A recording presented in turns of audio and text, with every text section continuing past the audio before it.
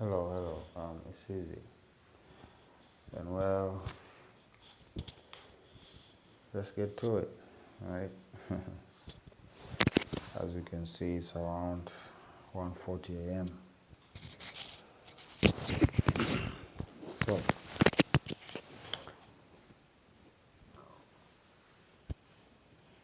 I see nations in the Africa. They're moving to policies that rather prefer not to export raw materials and to produce here inside the nations, right? And I don't think we have taken into account all of the wastage, right? We can see that even the sewers are a problem, right? The sewers are a problem. So, what about industrial waste, right?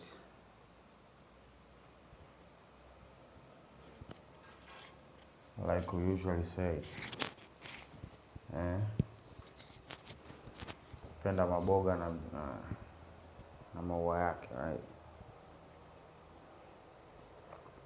So, moving on. Apparently, there is a war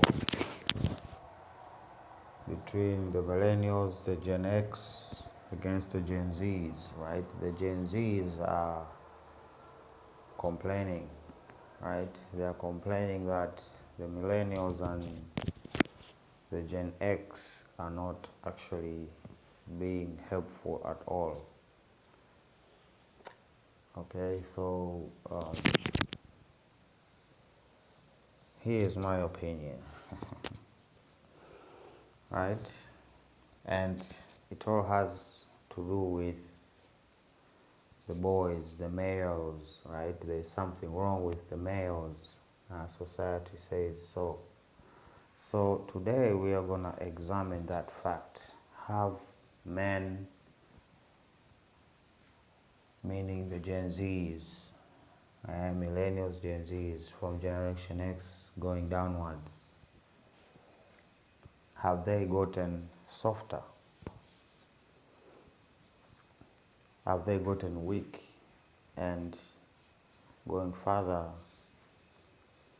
have God-fearing boys gotten weak? That's the most important. Phrasing, yeah? Phrasing is everything, right?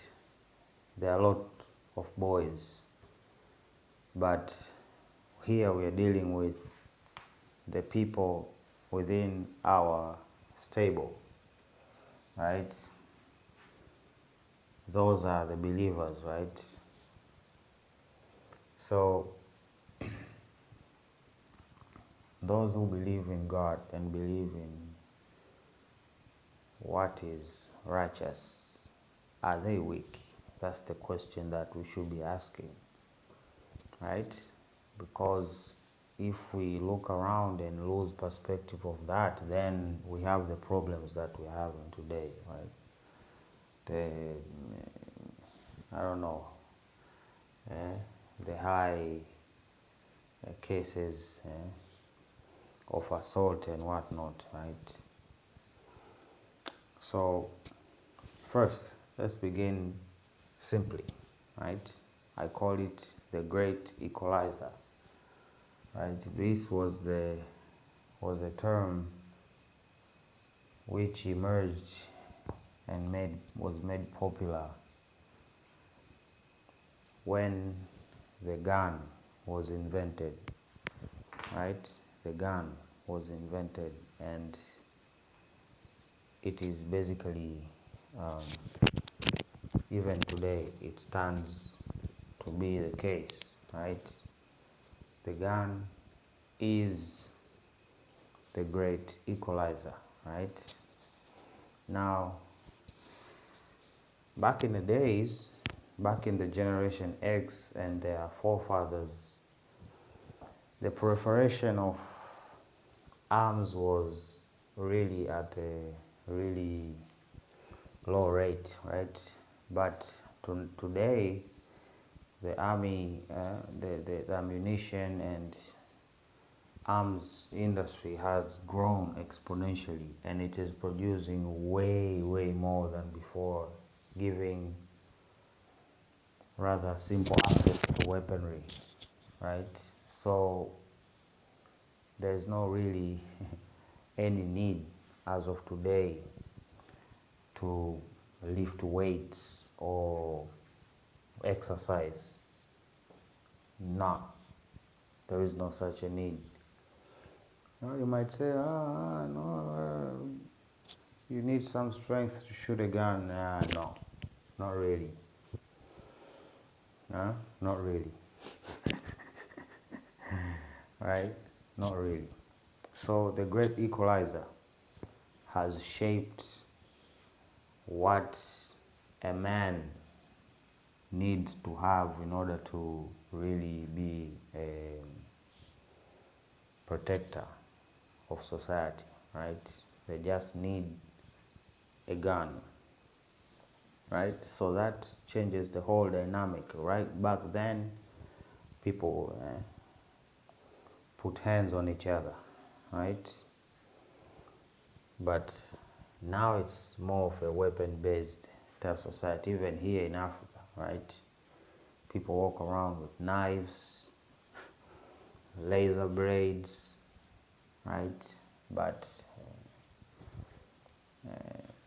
teens everywhere in the world have their own weapon of choice, but it is always a weapon, never brawling.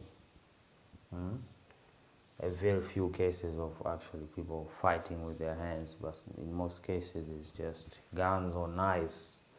Some kind of weapon is involved, right? Because the great equalizer, right?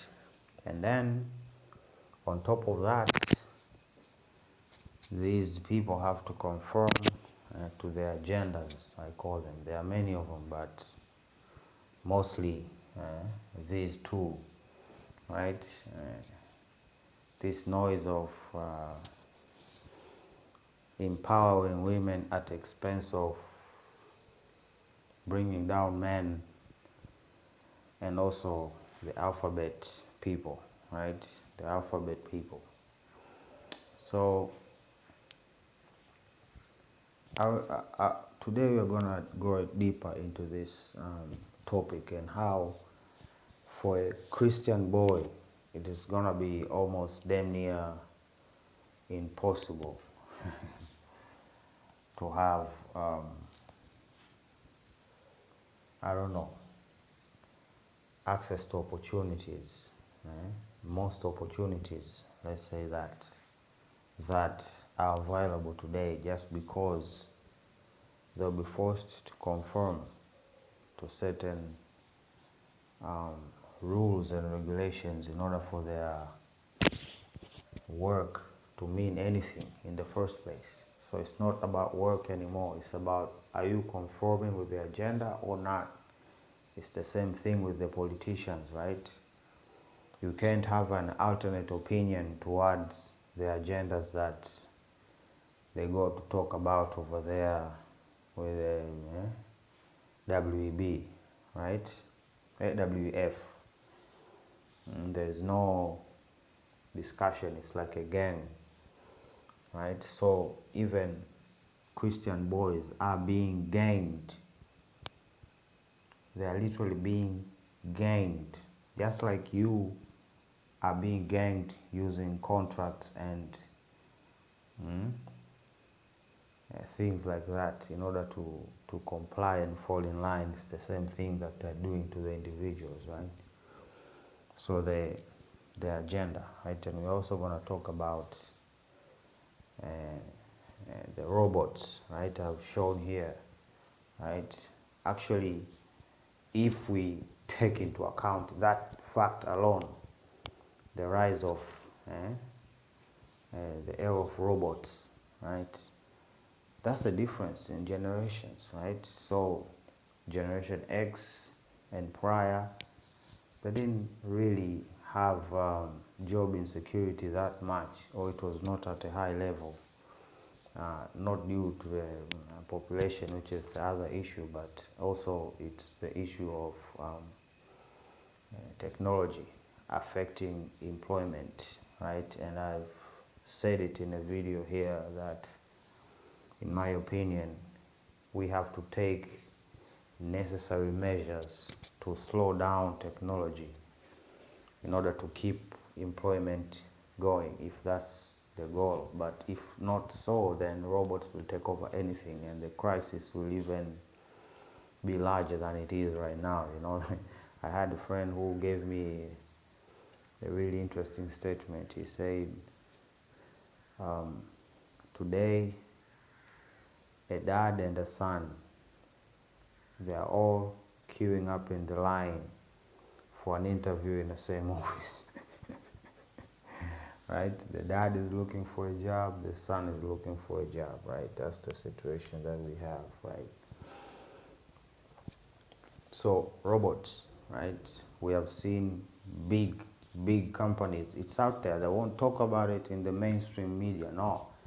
Okay, just go over there on YouTube and research how these big companies, okay, look at the biggest 5 companies that, I don't know, they're in the supply chain or in production in general, and believe me, they have turned to robots, right? Because they are broke themselves, and in keeping employing people and all of these requirements and things that they have to fulfill in order to actually have a contract that is valid, taking care of health, taking care of their health, taking care of their salaries and stuff like that. All of these prices against a robot, they do not make sense. It's just a simple business decision, right? They would gravitate to robots more. They are low maintenance and they do not cost as much as people do. Okay, it's just the plain honest truth right there, right? And they work more for less, which is good for the bottom line, and that's just the obvious truth, right? And then, of course, I talked about the population, right? The opportunities did not grow as much as the population has. Okay, so there is, people talk about, teens over there in Kenya, they're screaming, we need jobs, we need jobs, we need jobs. Even here in Tanzania, they need jobs, they need jobs. But I don't think, this is just being selfish. That division is created by the devil, and it relies on selfishness. But in reality, if you step back and say, okay, let's look at the population of Tanzania, and half of them are young people. Half of them young people, and we're a nation of 60 million something, right? So let's be generous and say that in the people people who should be in the working force right now are closer to 20 million. 20 million people in Tanzania alone who need to be employed and are looking for a job. And if you put how technology has been growing, then this problem was inevitable, right? We should have seen it coming a long mile ago, but we didn't. And here we are, and people are complaining to politicians as if they are the cause of the problem. No, they are not.